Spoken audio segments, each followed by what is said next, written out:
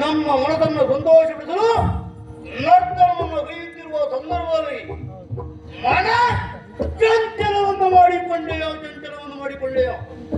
ಇಗೋ ಈ ರೀತಿ ವರ್ತನೆಯನ್ನು ಮಾಡಿರುವುದರಿಂದ ನಿನಗೂ ಸರಿಯಾದ ಶಾಸ್ತಿಯನ್ನು ನಾನು ಮಾಡ್ತೇನೆ ಹೇಗೆ ಬದೆಯೋ ಈ ನೀನು ಮೂಲ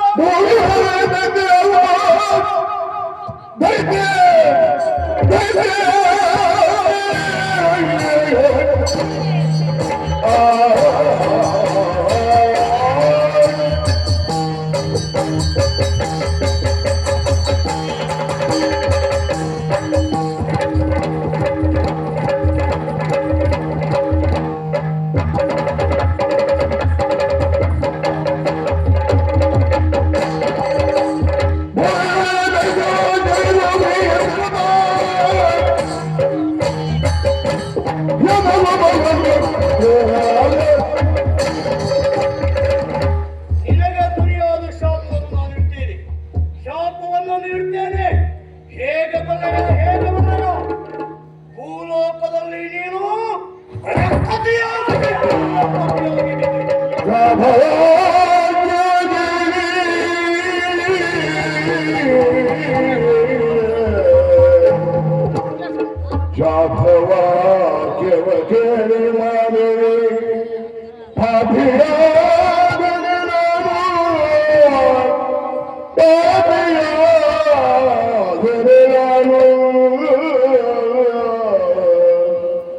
ಯರುದ ಮರುಗಿ ಕಾಲ್ ಪಿಡಿಯುತ್ತ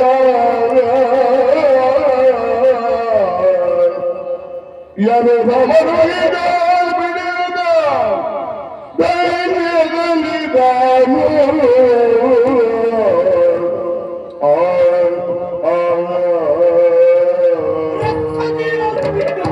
ಮುರಿದಲಿ ಯಾಕಿನ್ನು ಜಪಿಸಿದೆ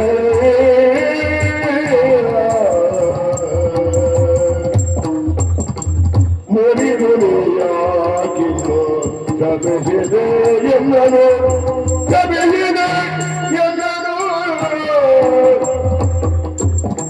ಜನಿದನೆಂದೈದು ಲೋಕವೇ ಜನಿಸಲಾರೆಂದು ಹೋರಾಗವೇ ದುರಿದ ಜನನು ಲೈವ ತಿಳಿಯಲಿ ಮುಂದಗೆ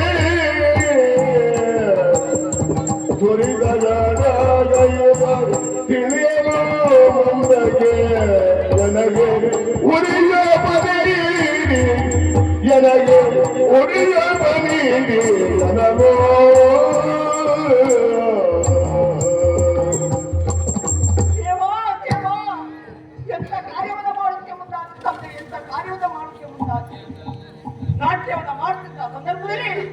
ನಾಟ್ಯ ಮಾಡುತ್ತಿರುವ ತಪ್ಪತ್ತೆ ಇರುವ ಕಾರಣಕ್ಕಾಗಿ ಸ್ವಲ್ಪ ಕೂಡ ಯೋಚನೆ ಮಾಡದೆ ದೊಡ್ಡ ಜನತೆಯಲ್ಲಿ ಕೆಟ್ಟ ದಾನವಿಯಾಗಿ ಹುಟ್ಟಿ ಎನ್ನುವಾಗೆ ಪ್ರೀತಿಸಿದ ತಂದೆ ದೇವ ಮಕ್ಕಳಾದವರು ತಪ್ಪನ್ನ ಮಾಡ್ತಾರೆ.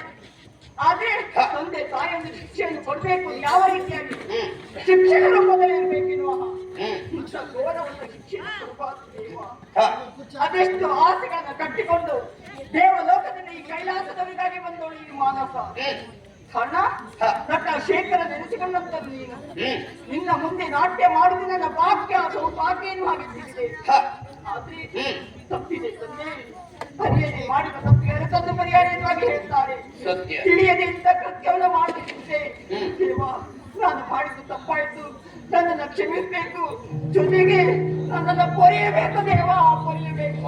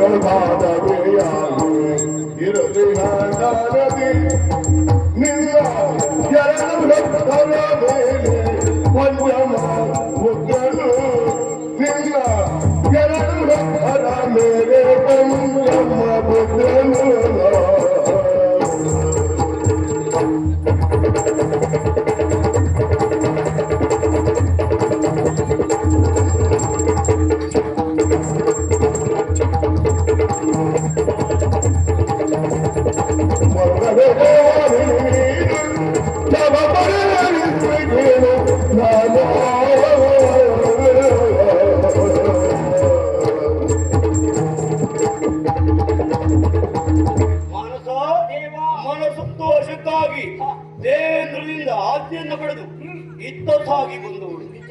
ನೃತ್ಯವನ್ನು ನಗುವ ಸಂದರ್ಭದಲ್ಲಿ ನಿನ್ನ ಮನ ಚಂಚಲಗೊಂಡಿತು ಎಂಬ ನಿಟ್ಟಿನಲ್ಲಿ ಶಾಪವನ್ನು ನಿನ್ನ ಪಾಲಿಗೆ ನೀಡಿದವನಿದ್ದೆ.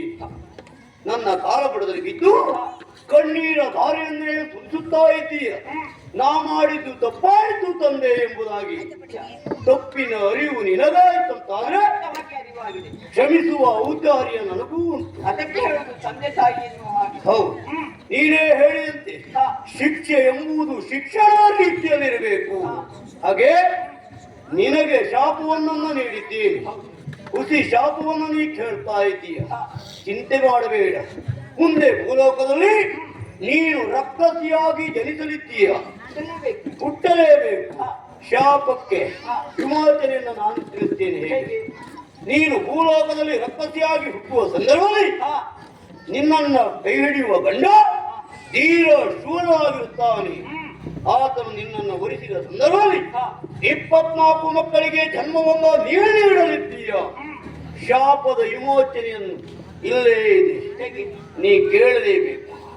25ನೇ ಮಗುವಿನ ಜನ್ಮ ನಿನ್ನ ಅಂತ್ಯ.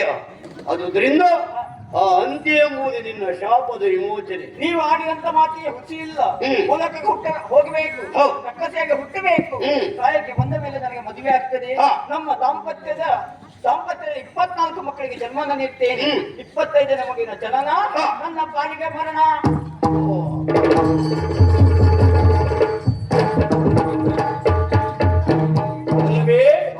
ನೋಡಿದೆಯ ಮಾನಸ ಇತ್ತ ಬಂದವಳು ನಮ್ಮನ್ನು ಸಂತೋಷಪಡಿಸುವ ನಿಟ್ಟಿನಲ್ಲಿ ನೃತ್ಯವನ್ನು ಗೈದವಳು. ಆದ್ರೆ ಇದೆಲ್ಲ ನಡೆಯುತ್ತದೆ ಅಂತಾದ್ರೆ ಇದಕ್ಕೆಲ್ಲ ಸೂತ್ರಧಾರ ನಾನು. ಮುಂದೆ ಭೂಮಿಯಲ್ಲಿ ಇವಳಿಂದಾಗಿ ಅಲ್ಲ, ಇವಳ ಕಾರಣದಿಂದಾಗಿ ಭೂಮಿಯಲ್ಲಿ ಓರ್ವ ಹುಟ್ಟಿ ಬರ್ತಾನೆ. ಉದ್ದೇಶ ಇಲ್ಲದೆ ಯಾವ ಕೆಲಸ ಕೂಡ ನೀವು ಮಾಡುವವರಲ್ಲ, ಹೌದಲ್ವಾ? ಉದ್ದೇಶ ಇದ್ದೇ ಇಷ್ಟೆಲ್ಲ ಕೆಲಸ ಮಾಡಿದವರು. ಹಾಗಾದ್ರೆ ಏನಾಗ್ತದೆ? ಎಲ್ಲದ ನಿರೀಕ್ಷೆ ಕೈಲಾಸ.